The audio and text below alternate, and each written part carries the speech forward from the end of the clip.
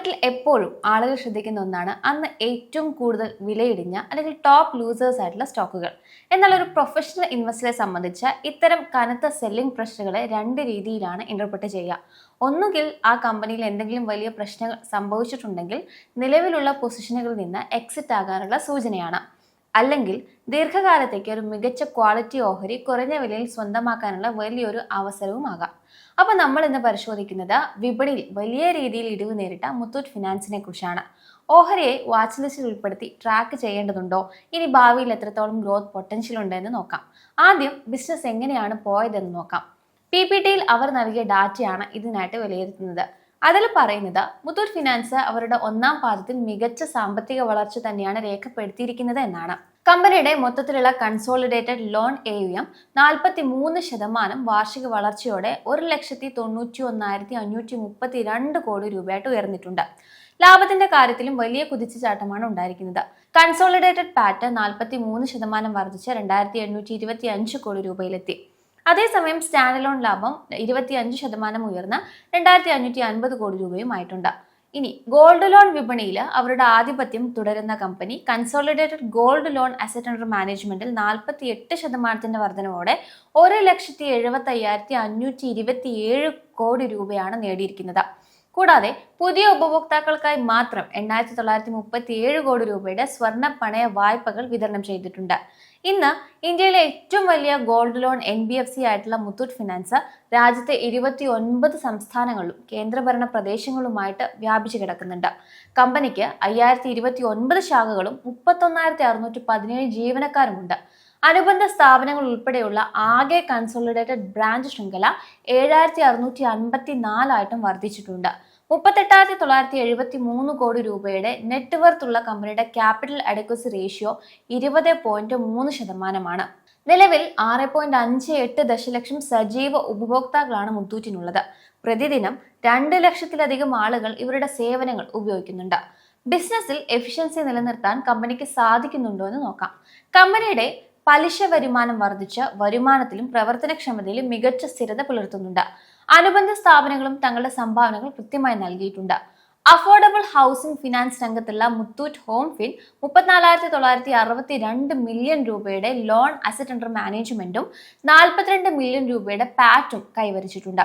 Gold loan മേഖലയിൽ ശ്രദ്ധ കേന്ദ്രീകരിക്കുന്ന മുത്തൂറ്റ് മണി 111% വാർഷിക വളർച്ചയോടെ 1,05,503 മില്യൺ രൂപയുടെ അസറ്റ് അണ്ടർ മാനേജ്മെന്റും 1,721 മില്യൺ രൂപ ലാഭവുമാണ് നേടിയിരിക്കുന്നത്. ഇൻഷുറൻസ് വിതരണക്കാരായിട്ടുള്ള മുത്തൂറ്റ് ഇൻഷുറൻസ് ബ്രോക്കേഴ്സ് 703 മില്യൺ രൂപയുടെ പ്രീമിയം കളക്ഷൻ നേടിയപ്പോൾ മൈക്രോ ഫിനാൻസ് രംഗത്തുള്ള ബെൽസ്റ്റാർ മൈക്രോ ഫിനാൻസ് കഴിഞ്ഞ വർഷത്തെ നഷ്ടത്തിൽ നിന്നും തിരികെ കയറി 661 മില്യൺ രൂപയുടെ ലാഭവും റിപ്പോർട്ട് ചെയ്തു. ശ്രീലങ്കയിൽ പ്രവർത്തിക്കുന്ന Asia asset finance 52,698 million LKR AUM ആണ് രേഖപ്പെടുത്തിയത്. ബാങ്കിംഗ് സേവനങ്ങൾ ഡിജിറ്റൽ ആക്കുന്നതിൽ മുത്തൂറ്റ് ഫിനാൻസ് വലിയ മുന്നേറ്റം നടത്തിയിട്ടുണ്ട്. മുത്തൂറ്റ് ആപ്പ് ഡൗൺലോഡുകൾ 27 ദശലക്ഷം കടന്നപ്പോൾ 6.3 ദശലക്ഷം രജിസ്റ്റർ ചെയ്ത ഉപഭോക്താക്കൾ ഇതിലുണ്ട്. ഒന്നാം പാദത്തിലെ 26% ഗോൾഡ് ലോൺ പലിശ തിരിച്ചടവുകളും 18% ടോപ്പപ്പുകളും ഈ ആപ്പ് വഴി തന്നെയാണ് നടന്നിരിക്കുന്നത്. അതോടൊപ്പം സാമൂഹിക പ്രതിബദ്ധതയ്ക്കായി FY26 മാത്രം 1,143 മില്യൺ രൂപ ചെലവഴിക്കുകയും 33.7 ലക്ഷത്തിലധികം ആളുകളിലേക്ക് സഹായം എത്തിക്കുകയും ചെയ്തു. അതായത് നമ്മൾ ഇവിടെ കുറെ പോസിറ്റീവായിട്ടുള്ള നമ്പേഴ്സ് ആണ് സംസാരിച്ചത്. എന്നിട്ടും സ്റ്റോക്കിൽ വലിയൊരു തോതിൽ സെല്ലിംഗ് പ്രഷർ ഉണ്ടായി. അതെന്തുകൊണ്ടായിരിക്കാം? നമ്മൾ ഇവിടെ കണ്ട positive numbers year on year ഗ്രോത്തിനെ കുറിച്ചൊക്കെയാണ് പറയുന്നത്. ക്വാർട്ടർ ഓൺ ക്വാർട്ടർ വളർച്ച കമ്പയർ ചെയ്യുമ്പോൾ കമ്പനി കുറച്ച് സ്ട്രഗിൾ ചെയ്തിട്ടുണ്ട് എന്നതാണ് വാസ്തവം.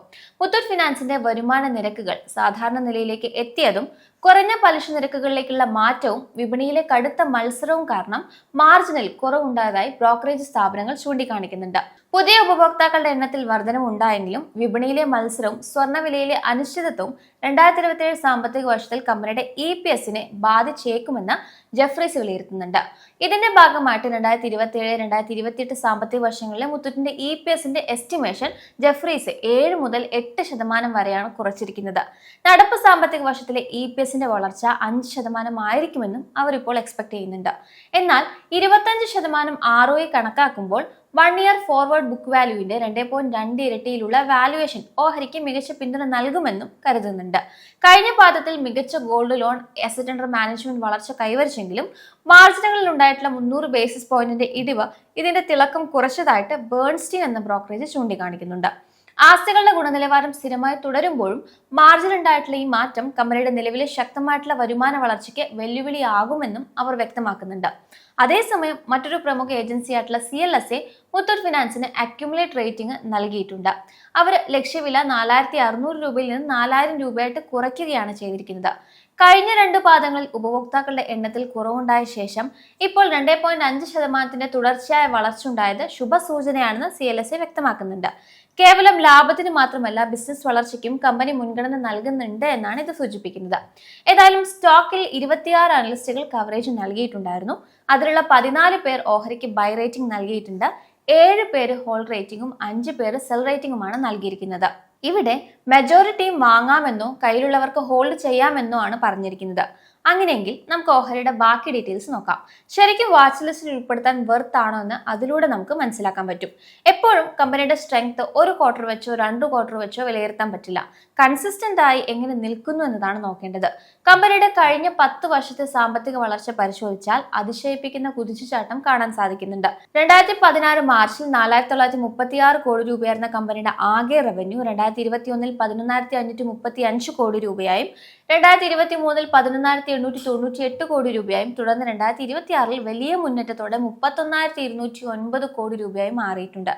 ഇതിലൂടെ വിൽപ്പനയിലെ വളർച്ച അല്ലെങ്കിൽ സെയിൽസ് ഗ്രോത്ത് കഴിഞ്ഞ 10 വർഷത്തിൽ 20%, 5 വർഷം കൊണ്ട് 22%, 3 വർഷത്തിനിടെ 38%-ന്റെയും അതിശക്തമായിട്ടുള്ള വളർച്ചയാണ് രേഖപ്പെടുത്തിയിരിക്കുന്നത്.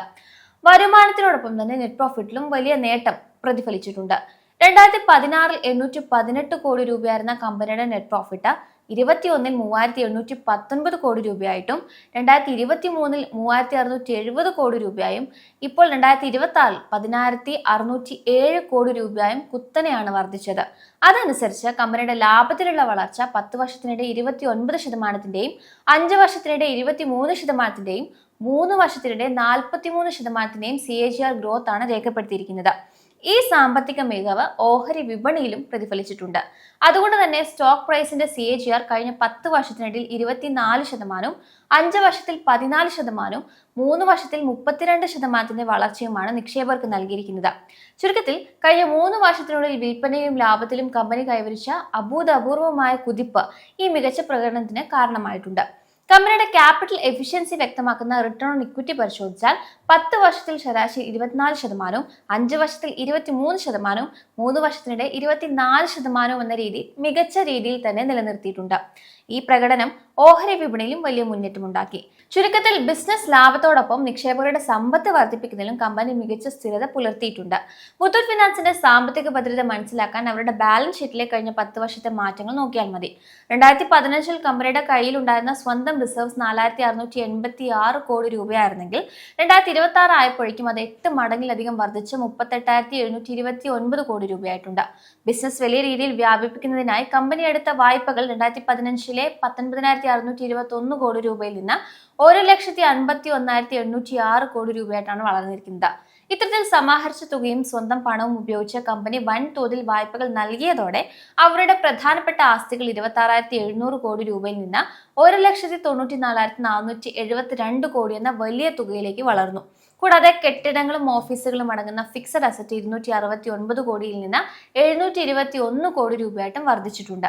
അതായത് 2015 26,996 കോടി രൂപയായിരുന്ന കമ്പനിയുടെ ടോട്ടൽ അസറ്റ്സ് 2026 ആയപ്പോഴേക്കും 7 മടങ്ങ് വർദ്ധിച്ച് 1,95,754 കോടി രൂപയിലെത്തി. ഇത് കമ്പനിയുടെ ബിസിനസ് അടിത്തറ എത്രത്തോളം ശക്തമാണ് എന്ന് വ്യക്തമാക്കുന്നു. കമ്പനിയുടെ പണമിടപാടുകൾ അഥവാ ക്യാഷ് ഫ്ലോ പരിശോധിച്ചാൽ ഒരു വായ്പാ കമ്പനിയുടെ സ്വാഭാവികമായ വളർച്ചാ രീതി തന്നെയാണ് കാണുന്നത്. മുത്തൂറ്റ് കൂടുതൽ ആളുകളിലേക്ക് വായ്പകൾ എത്തിക്കുന്നത് കൊണ്ട് പ്രവർത്തനങ്ങളിൽ നിന്നുള്ള പണലഭ്യത അല്ലെങ്കിൽ ക്യാഷ് ഫ്രം ഓപ്പറേറ്റിംഗ് ആക്ടിവിറ്റി മിക്കപ്പോഴും നെഗറ്റീവിലാണ് നിൽക്കുന്നത്. 2015 നെഗറ്റീവ് 479 കോടി രൂപയായിരുന്നത് 26ഓടെ 47,393 കോടി രൂപയായിട്ട് വർദ്ധിച്ചിട്ടുണ്ട്.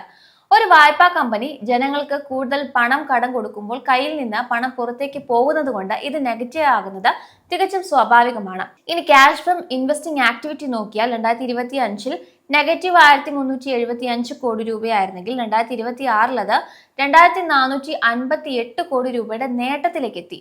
ജനങ്ങൾക്ക് നൽകാനുള്ള വായ്പകൾക്കായി കമ്പനി വിപണിയിൽ നിന്നും ബാങ്കുകളിൽ നിന്നും വൻതോതിൽ ഫണ്ട് സമാഹരിക്കുന്നുണ്ട്. ക്യാഷ് ഫ്രം ഫിനാൻസിംഗ് ആക്ടിവിറ്റി നോക്കിയാൽ ഇത് മനസ്സിലാകുന്നുണ്ട്. 2015 249 കോടി രൂപയിൽ നിന്ന് 26 ആയപ്പോഴേക്കും 49,320 കോടി രൂപ കുത്തനെ വർദ്ധിച്ചത് ഇവിടെ വ്യക്തമാണ്. ഇത്തരത്തിൽ കൃത്യമായി പണം സമാഹരിച്ചതുകൊണ്ട് കമ്പനിയുടെ കയ്യിലുള്ള നെറ്റ് ക്യാഷ് ഫ്ലോ 2015 നെഗറ്റീവ് 209 കോടി രൂപയിൽ നിന്ന് 2026 4385 കോടി രൂപയുടെ മികച്ച പോസിറ്റീവ് നിലവാരത്തിലേക്ക് എത്തിയിട്ടുണ്ട്. വായ്പാ വിതരണം ശക്തമായി തുടരുമ്പോഴും ആവശ്യത്തിന് സാമ്പത്തിക സമാഹരണം നടത്തി കമ്പനി തങ്ങളുടെ ലിക്വിഡിറ്റിയും പണലഭ്യതയും വളരെ സുരക്ഷിതമായി മുന്നോട്ട് കൊണ്ടുപോകുന്നെന്ന് ഇതിൽ നിന്നും വ്യക്തമാണ്. അതുപോലെ വായ്പ കൊടുക്കുന്നതിന്റെ അളവ് വലിയ തോതിൽ കൂടിയതുകൊണ്ട് കമ്പനിയുടെ ഫ്രീ ക്യാഷ് ഫ്ലോ 2015 നെഗറ്റീവ് 503 കോടി രൂപയിൽ നിന്ന് 2026 നെഗറ്റീവ് 47,543 കോടി രൂപയിലേക്ക് താഴ്ന്നിട്ടുണ്ട്. പ്രവർത്തന ലാഭവുമായി താരതമ്യം ചെയ്യുന്ന CFO അല്ലെങ്കിൽ OP റേഷ്യോ 2015 നെഗറ്റീവ് 4% നിന്ന് നെഗറ്റീവ് 172% ആയി മാറിയിട്ടുണ്ട്. സാധാരണ കച്ചവട സ്ഥാപനങ്ങൾക്ക് ഇതൊരു തിരിച്ചടിയായി തോന്നുമെങ്കിലും ഒരു ബാങ്ക് അല്ലെങ്കിൽ NBFC കമ്പനിയെ സംബന്ധിച്ച് ഇത് ബിസിനസ് വലിയ രീതിയിൽ വളരുന്നതിന്റെയും കൂടുതൽ ആളുകൾക്ക് വായ്പ നൽകുന്നതിന്റെയും സ്വാഭാവികമായിട്ടുള്ള സൂചന മാത്രമാണ്. ചുരുക്കത്തിൽ കൂടുതൽ വായ്പകൾ നൽകി വിപണിയിൽ വൻ വളർച്ച നേടുമ്പോൾ കൃത്യമായ സാമ്പത്തിക ആസൂത്രണത്തിലൂടെ കമ്പനി തങ്ങളുടെ കൈവശമുള്ള പണലഭ്യത എപ്പോഴും പോസിറ്റീവായി തന്നെ സംരക്ഷിച്ച് നിലനിർത്തുന്നുണ്ട്. ഇത്രയും കാര്യങ്ങൾ നമ്മൾ വിലയിരുത്തുമ്പോൾ മുത്തൂറ്റ് ഫിനാൻസിനുണ്ടായിട്ടുള്ള വിലയിടിവ് താൽക്കാലികമായ മാർക്കറ്റ് കറക്ഷൻ മൂലം ദീർഘകാല നിക്ഷേപകർ ഭയന്ന് വിറ്റൊഴിയേണ്ടതില്ല. ചുരുക്കത്തിൽ മുത്തൂറ്റ് ഫിനാൻസിനുണ്ടായിട്ടുള്ള വിലയിടിവ് താൽക്കാലികമായ മാർക്കറ്റ് കറക്ഷൻ മൂലം ദീർഘകാല നിക്ഷേപകർ ഭയന്ന് വിറ്റൊഴിയേണ്ടതില്ല എന്ന് തന്നെയാണ്. ശക്തമായ സാമ്പത്തിക അടിത്തറയും ഉയർന്ന ലാഭക്ഷമതയുമുള്ള കമ്പനി ആയതിനാൽ ദീർഘകാലത്തേക്ക് ഈ ഓഹരി കൈവശം വെക്കുകയോ വില കുറയുമ്പോൾ ഘട്ടം ഘട്ടമായി കൂടുതൽ വാങ്ങുകയോ ചെയ്യാവുന്നത് തന്നെയാണ്. എന്നാൽ ട്രേഡർമാർ വിപണിയിലെ ചാഞ്ചാട്ടം കണക്കിലെടുത്ത് കൃത്യമായ സ്റ്റോപ്പ് ലോസ് ഉപയോഗിച്ചും റിവേഴ്സൽ സിഗ്നലുകൾ ഉറപ്പുവരുത്തിയതിനു ശേഷം മാത്രം ജാഗ്രതയോടെ വ്യാപാരം നടത്തുക.